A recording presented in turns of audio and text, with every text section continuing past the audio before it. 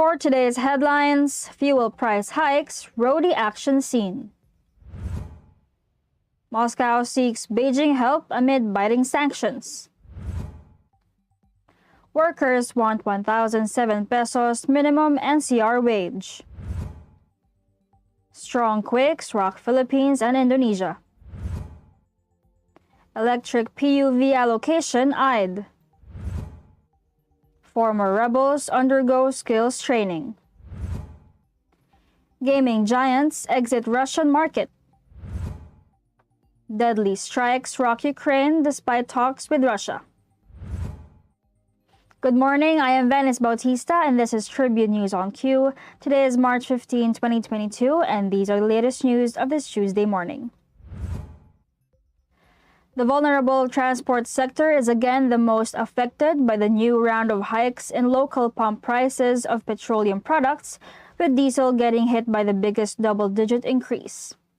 Pinagkaisang samahan ng Chuper and Operator Nationwide or Piston, Chair Emeritus George San Mateo said Monday that public utility jeepney or PUJ drivers are estimated to immensely lose about 745 pesos every day.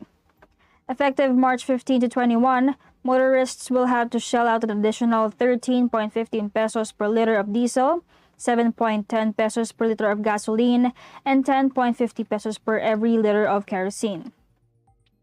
In an interview on Monday, Department of Energy Secretary Alfonso Cusi confirmed that the President Rodrigo Duterte called for a meeting with his agency and the DOF to discuss the suspension of fuel tax. Cusi said Duterte will ask for the possible deferment of tax to provide economic relief to affected consumers on March 15 today. San Mateo also warned that the spike in prices will result in higher inflation because the movement of fuel rates will also drive up the cost of basic food commodities. In a statement on Monday, Bangko Sentral ng Pilipinas, Governor Benjamin Jokno said the government is carefully monitoring the pass-through of international prices to domestic inflation.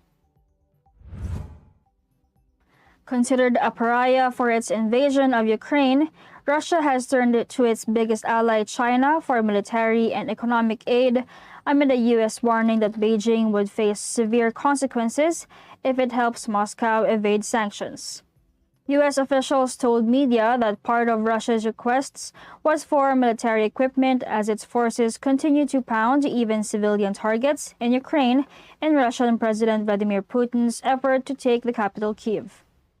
Moscow also asked Beijing for economic assistance against the crippling sanctions imposed against it by most of the Western world, the New York Times said, again citing anonymous officials.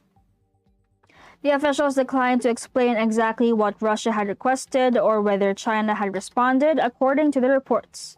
A spokesperson for the Chinese embassy in Washington told multiple outlets that they have never heard of that when asked about the alleged requests. The reports came just a few hours after the White House announced a high-level U.S. delegation would meet with a top Chinese official in Rome Monday. Russian authorities, facing potential economic calamity as Western sanctions take hold, have threatened foreign companies hoping to withdraw from the country with arrests and asset seizures, the Wall Street Journal reported Sunday. With prices of fuel and basic commodities poised to increase anew due to the ongoing Ukraine crisis, the Trade Union Congress of the Philippines, or TUCP, has sought for a wage increase double the prevailing minimum wage in the National Capital Region. Yesterday, the TUCP officially logged their petition with the National Capital Region Regional Wages and Productivity Board, an attached agency of the Department of Labor and Employment in Manila, asking for 1,007 pesos minimum wage for Metro Manila from the previous 537 pesos, an uptick of 470 pesos per day.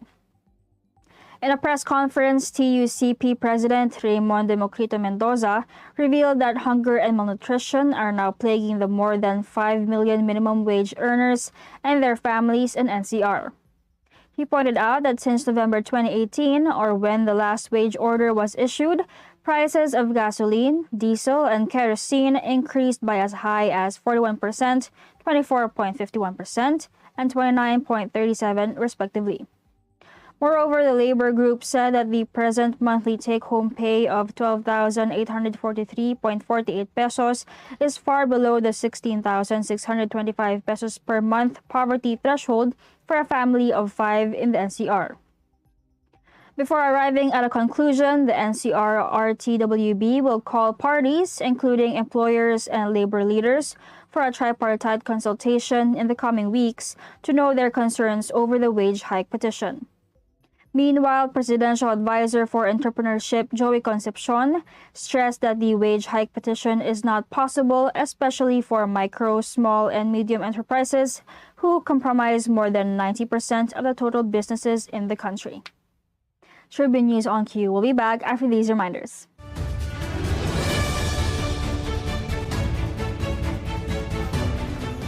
Mahalin natin ang Pilipinas. Lilipad na ang agila, magtatanggol, magmamahal sa ating bansa.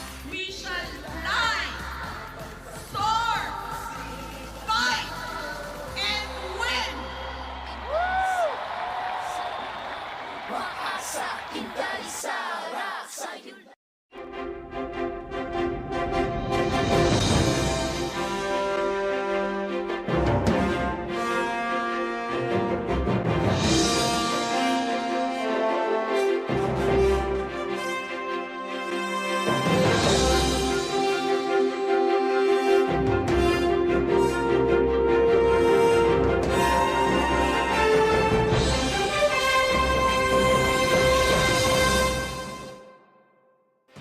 Mga impormasyong direktang makukuha mula sa sources at diretsahang usapan. Yan ang ating daming sa inyo sa programang Straight Talk. Samahan nyo kami sa makabuluhang talakayan live tuwing Martes alas 10 ng umaga sa official Facebook page ng Daily Tribune at Tribune Now on YouTube.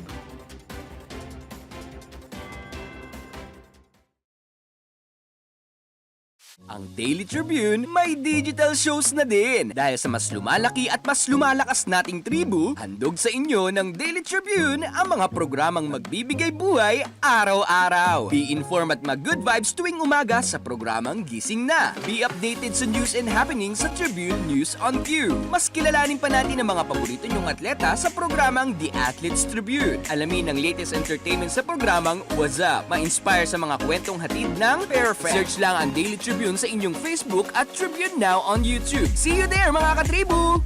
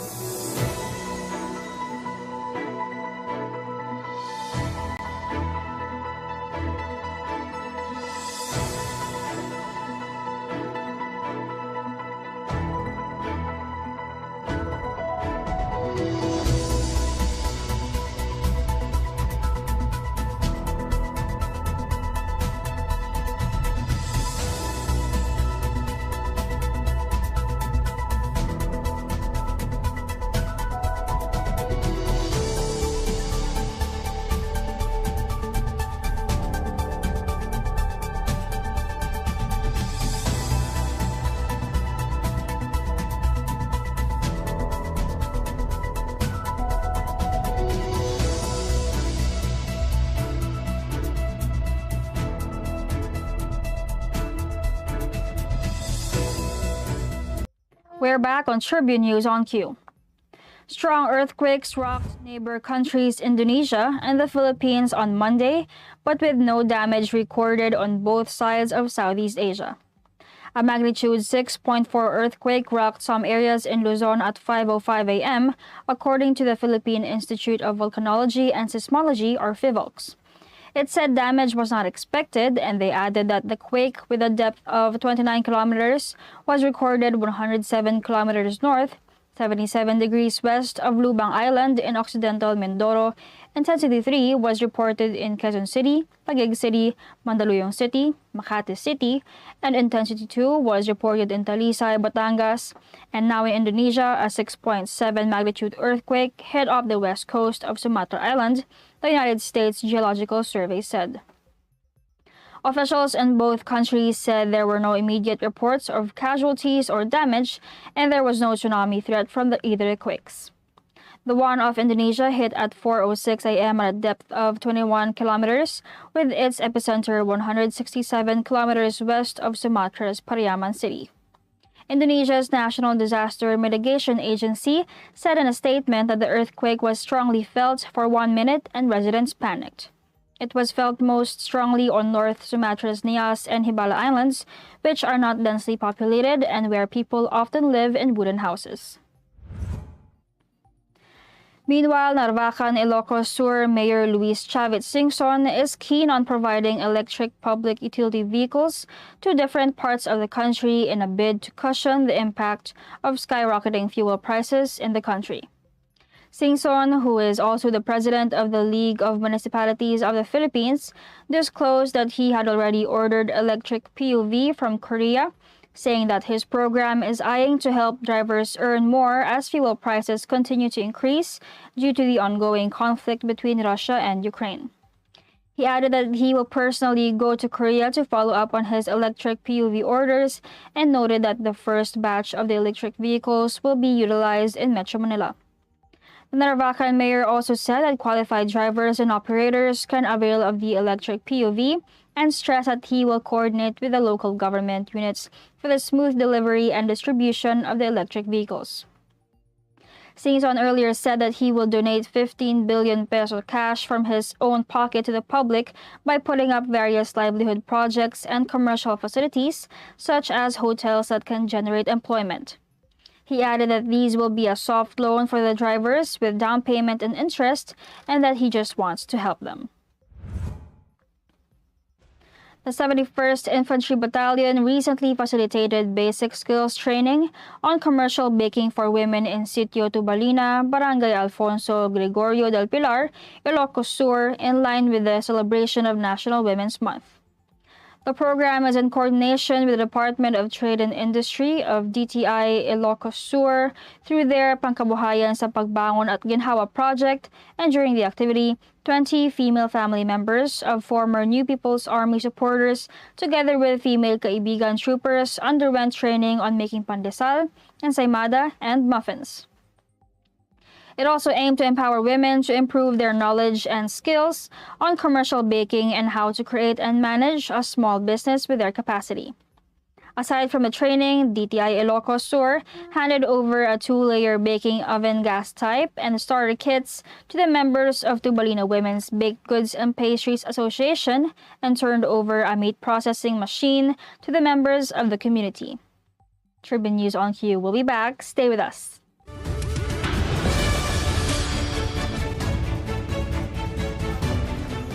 Mahalin natin ang Pilipinas. Lilipad na ang agila, magtatanggol, magmamahal sa ating bansa. We shall fly, soar, fight, and win! Maasakin tayo sa yun. Alamin ang latest entertainment at sa mga paborito nyong celebrities kasama si Pocholo Concepcion sa programang WhatsApp. Makibanding at kwentuhan kasama ang mga kilalang personalidad sa entertainment industry. Sama-sama natin silang kilalanin at silipin ang makulay nilang mundo every Tuesday at 2 p.m. Kaya sit back and relax lang kayo mga katribu. Hanapin at ilike ang Daily Tribune Facebook page at Tribune Now on YouTube. Dahil sagot na namin ang masayang kwentuhan dito lang sa WhatsApp.